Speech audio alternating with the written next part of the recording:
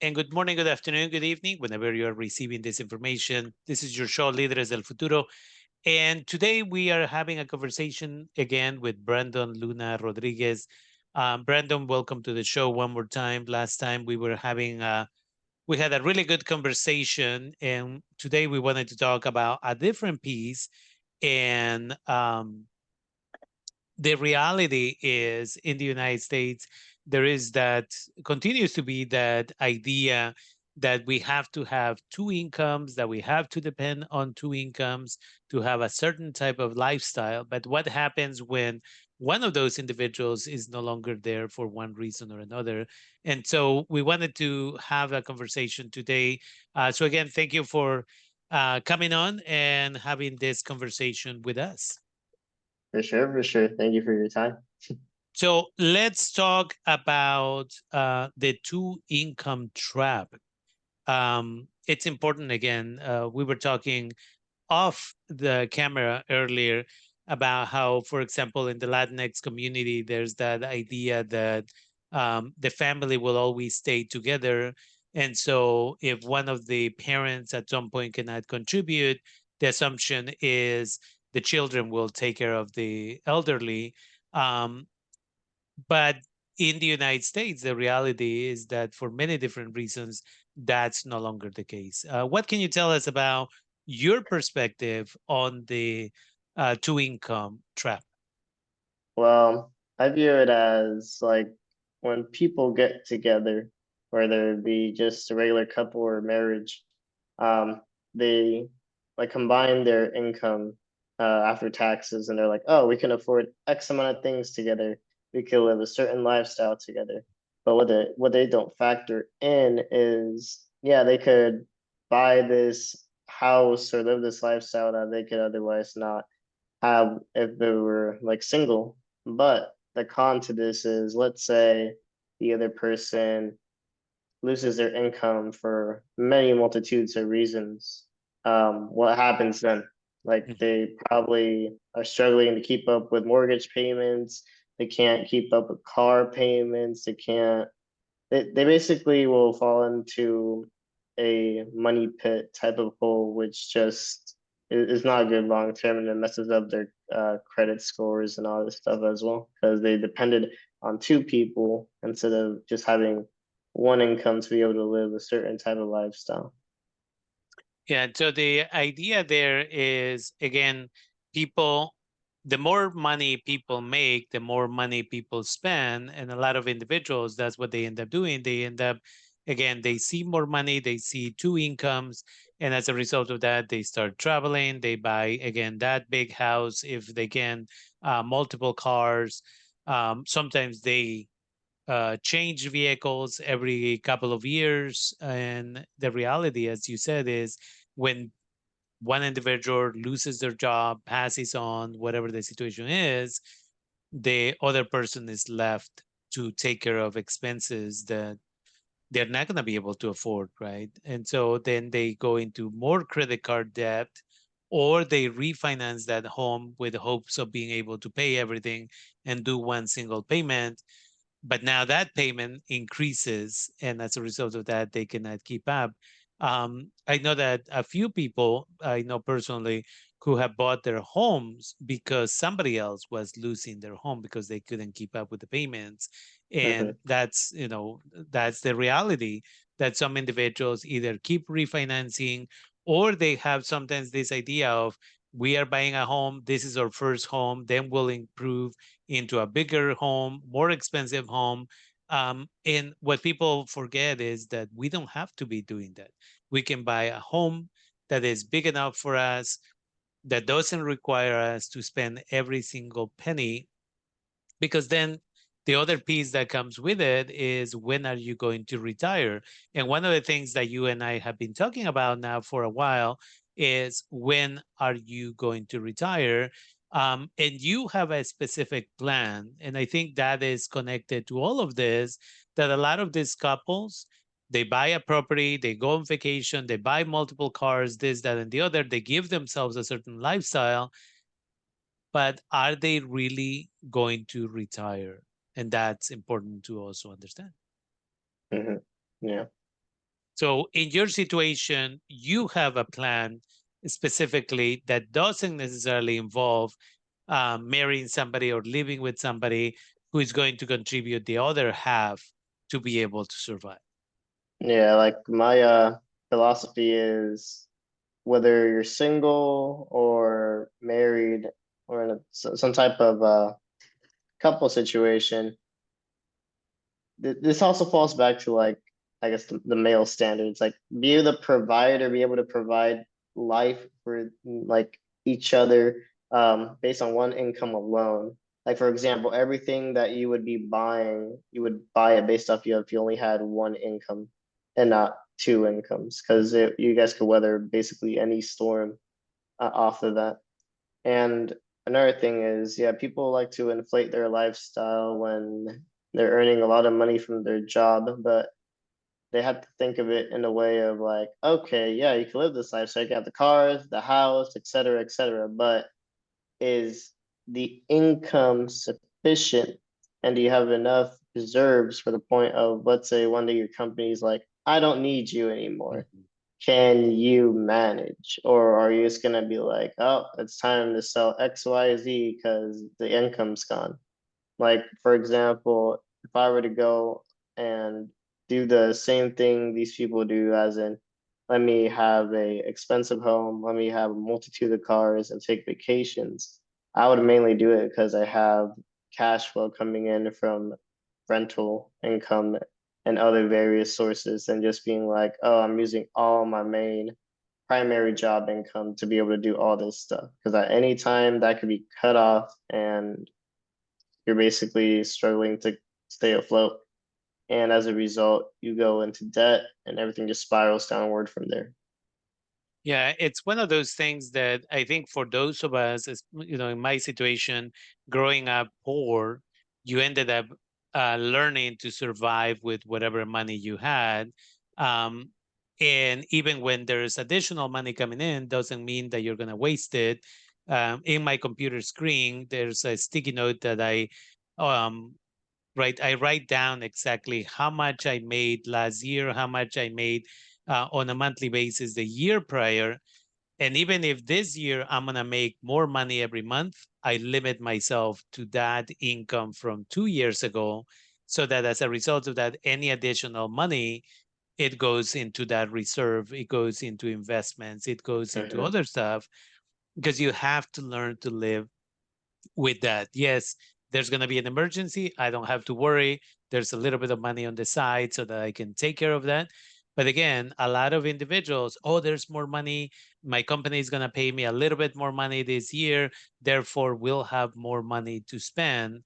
And again, we start using that credit card like assuming that there's going to be money forever.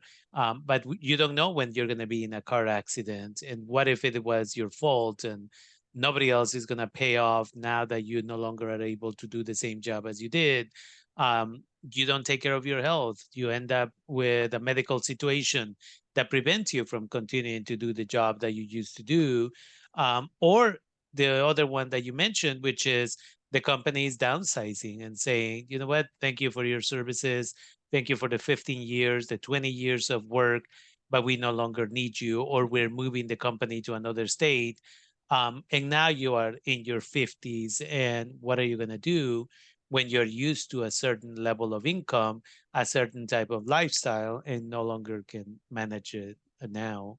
Um, Going back in your life, at what age did you start learning about finances in general? Well, not gonna play the I always been financially smart and stuff back when I was a teenager, and since I grew up like, you know, very poverty level based when I got my first job in high school and I got my first check, I used to blow it. I'm like, I could finally get the things I, Mhm. wish I had earlier. And it kind of, I don't know, I guess it took me that phase of blowing money on things that I used to want to calm down the urge of just wasting money and having bad financial habits.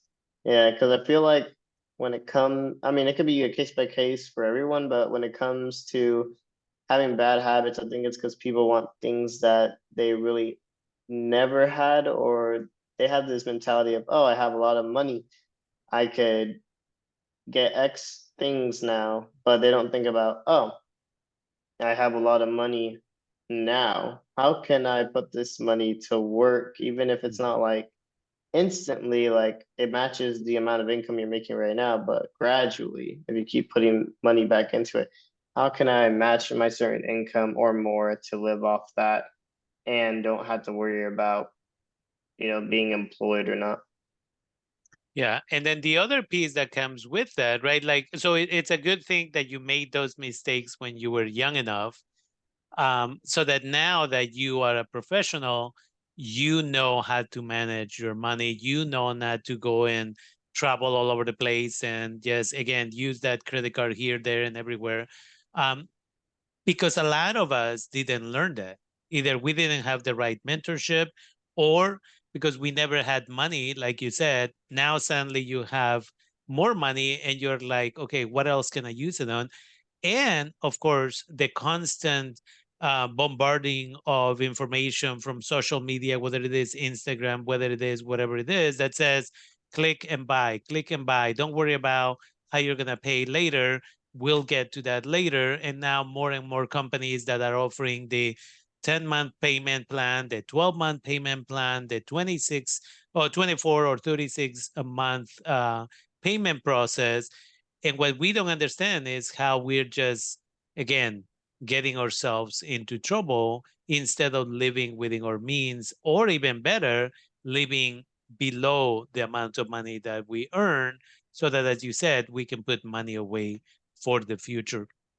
And so I think it was important that you made those mistakes when you were young enough, so that now you are okay, you can manage your money. We were talking again, how do you prepare for retirement, and how do you invest, and how do you invest, as you said, in ways that you're going to slowly start making money to the point that it replaces or matches the amount of money that you make now from work, so that in the future you don't have to go to work.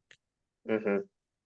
Yeah, like I would suggest, like, there's the traditional 401k, putting money aside into a retirement account. You get old, you basically utilize that 401k to take out monthly or yearly income and live off that.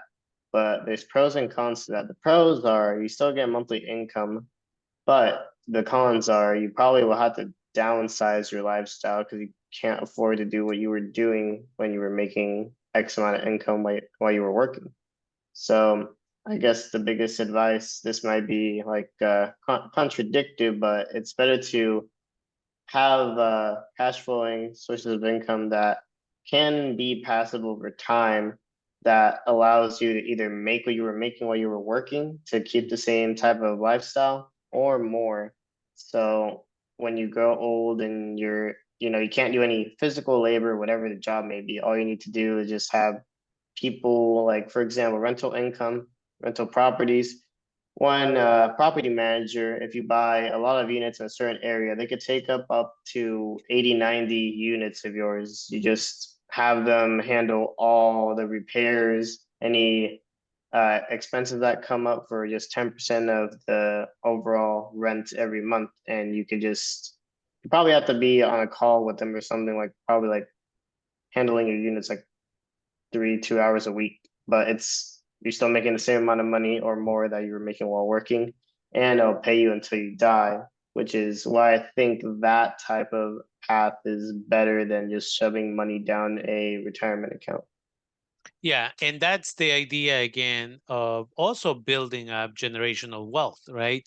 You Mhm. die, it doesn't mean that it's over for the family, but Yeah. if you have children, if you have other family members, they will continue. If you did correctly and taught them what you know, they'll Hmm. be okay in continuing to get more income. But the reality is that in the community, the educational system doesn't educate individuals about the basics of finances. I was just in class a little while ago, and we were talking specifically about finances, and one of the individuals, because we were talking about spending and clickbait and all this and all that, and influencers, right? Like, oh, I'm an influencer, buy this product. And we conducted a survey with students at the college, and what we found is a lot of people just see an influencer out there, fail to understand that the influencer may not even be using the product, but they are promoting it. And then we saw the high number of individuals who were dissatisfied with the product that they bought. But whether or not they learned their lesson or whether or not they're going to do it again is a whole different conversation. And so one of the students in the classroom was saying, well, the problem is, in order to combat this, we need to educate people about the basics of finances. And so I asked the students, how many of you know the difference between checking, savings, money markets, and CDs? And out of 23 students in the room, only about 4 or 5 of them seem to know some of this basic stuff. So why is it that in general the K-12 system doesn't educate students about it? I don't know when, I mean, you're young, you were recently in high school the last few years. Were Hmm. you taught in high school about finances? Yeah, like when I was in high school and such, I had some teachers, or even like K through 12, I had some teachers that, were talking to us about, oh, invest into, dividends, invest into retirement accounts, invest into XYZ. But I feel like what they were talking about, right? It was like mostly like textbooks type of stuff. Like everyone just knows this information.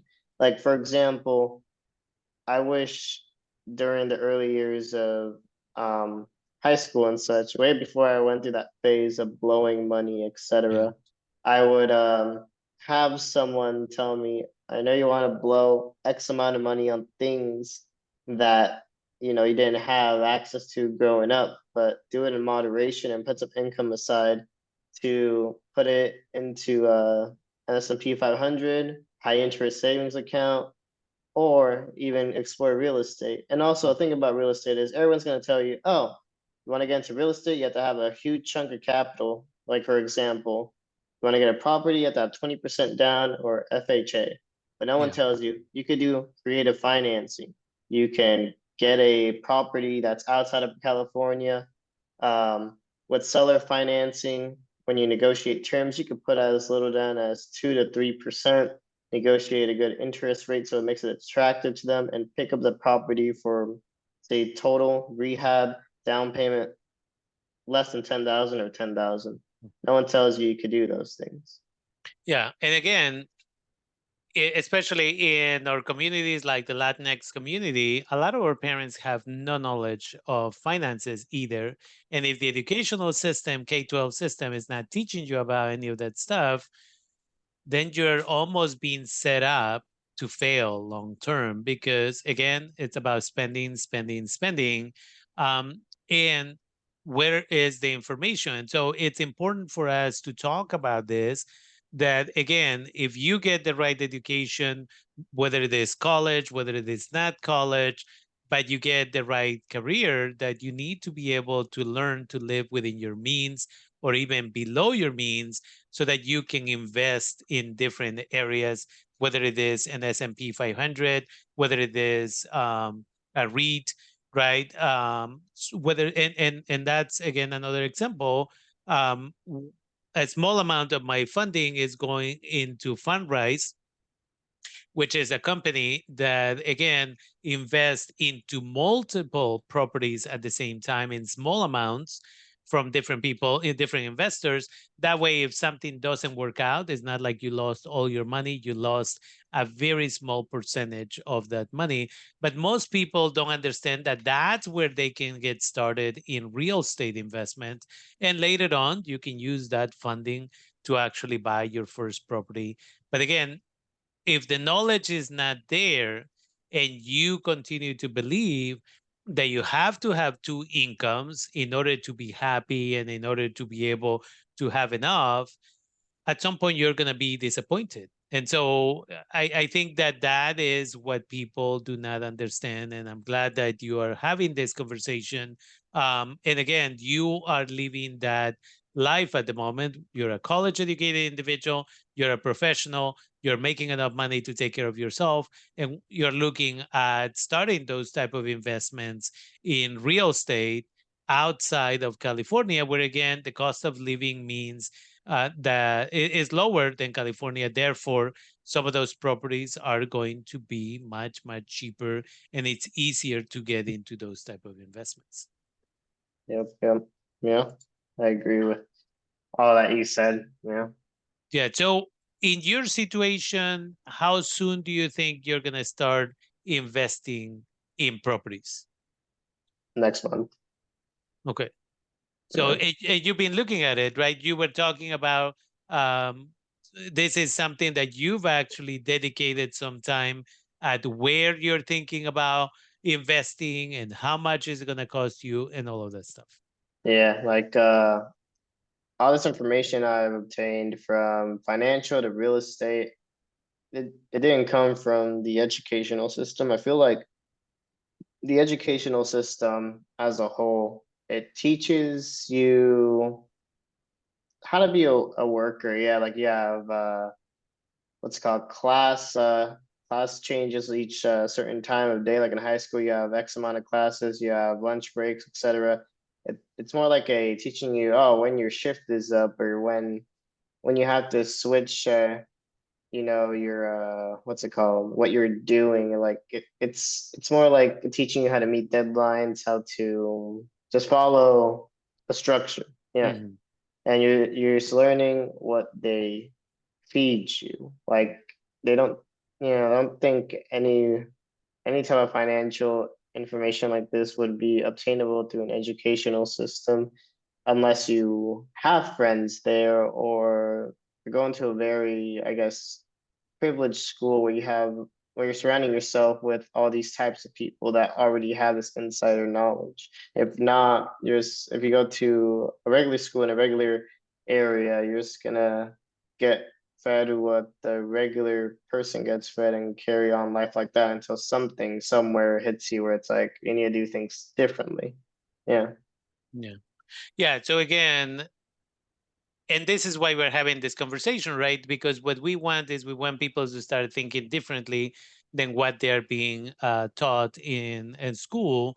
That again, as you said, you get up, you go to your next class, you sit there for 45 minutes, an hour and a half, whatever, and then you go back and you go do the next thing. And we need to change that in order to be able to get ahead. And so the question for you is, at what age did you really begin paying attention to the idea of investments, and which again now you're getting more serious about? Well, the age where I started getting serious about investing and such was from a very, very young age.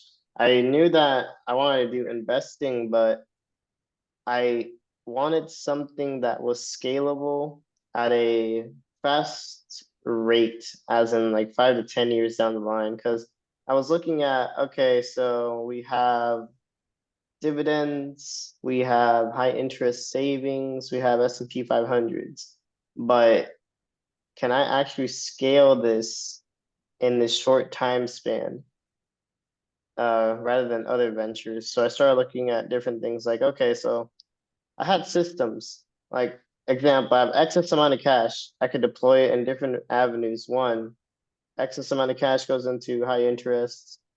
Another thing is I could do angel investing. I could do real estate. I could do starting up my own business venture, and that could also be scalable. But at the moment, I was focusing on, okay, let's scoop up a lot of properties. Because with seller financing, you could scoop up at least 10 units in the South.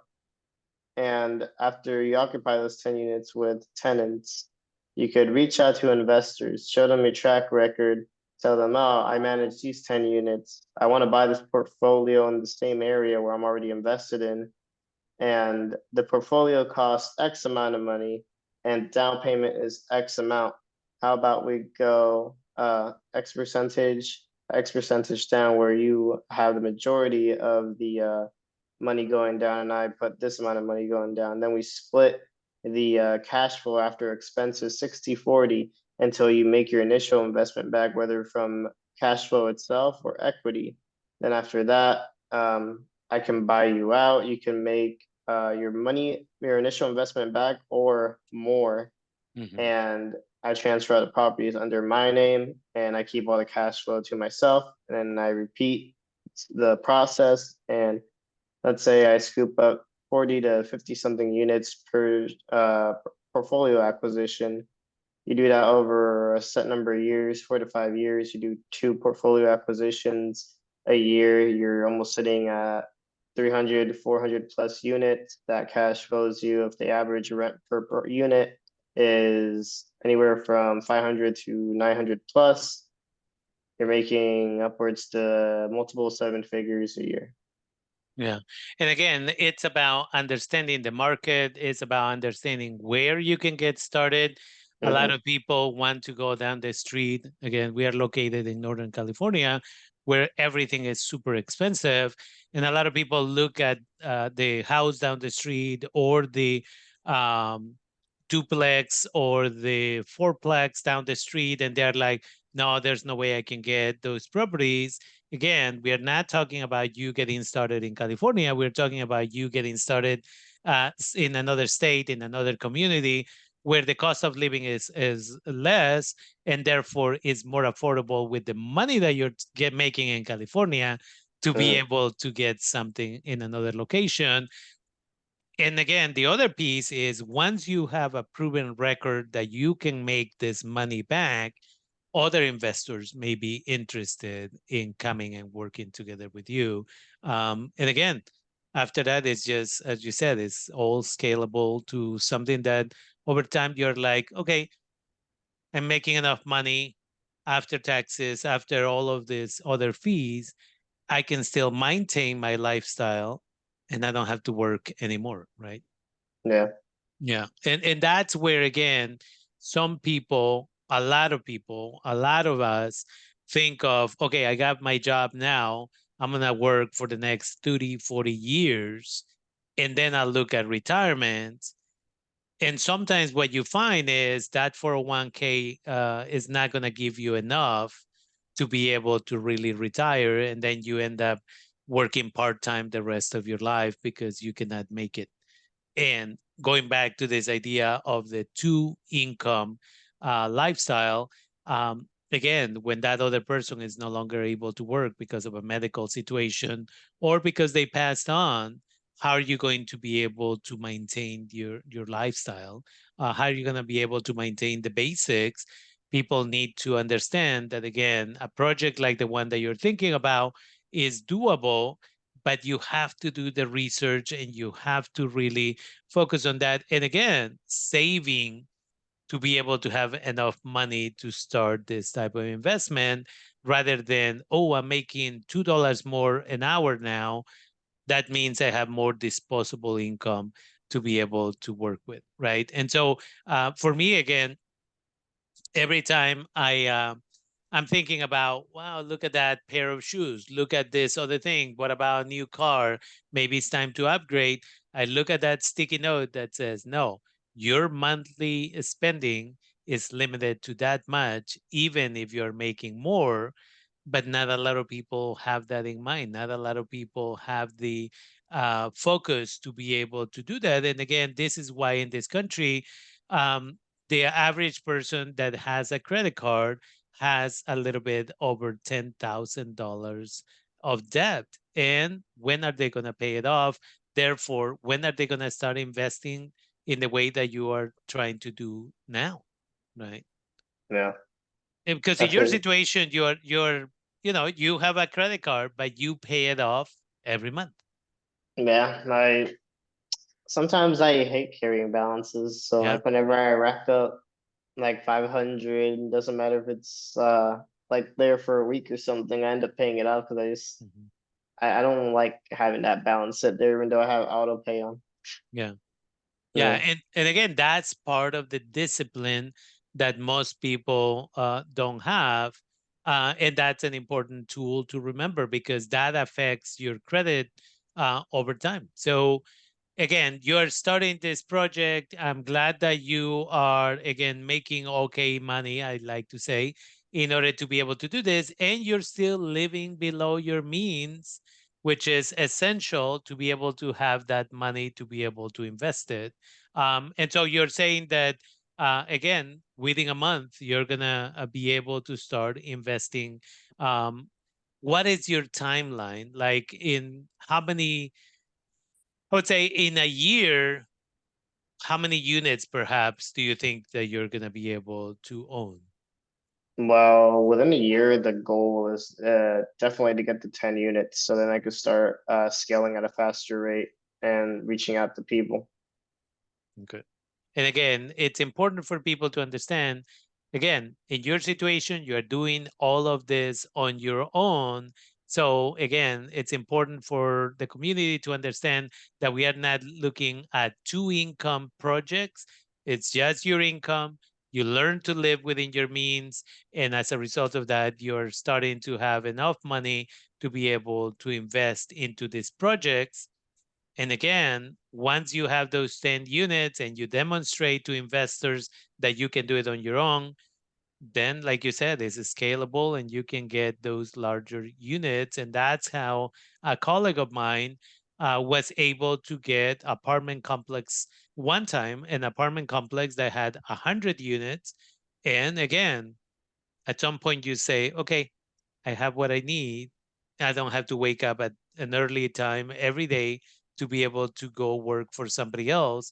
I can take care of myself, which it sounds like that's your project, that eventually you want to have different types of income that are going to take care of your needs. Yeah, definitely. Yeah. So again, you are 22 now?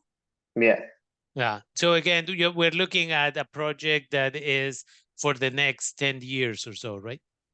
yeah. Like looking by at least 4 to 6 years from now to have at least 300 to 500 units cash flowing at least 800 each per month. Mhm. So yeah, I could live relatively comfortable. Yeah. Yeah. So again, it's important that we start thinking this way. Again, we are not going to get educated in the educational system with this type of knowledge. And that's why, again, it's nice to have conversations with you because you all have that information, you have that knowledge. And more than anything, we are trying to educate the next generation of individuals that we do not have to live paycheck to paycheck, but and that we don't have to depend on a second person to have enough money. But again, it's about investing at a young age so that you can retire at a young age. Yeah, Yeah. So again, I appreciate that you take the time. I appreciate that you come over and have these conversations with us. And I think that over time, it's going to be beautiful to have this type of conversations as you start your projects, and we'll find out what hiccups you run into and what successes you'll have to contribute for us. So thank you, Brandon, for taking the time one more time. And I look forward to our next conversation. for sure. Yeah, thank you for having me on the show. Thank you. Take care.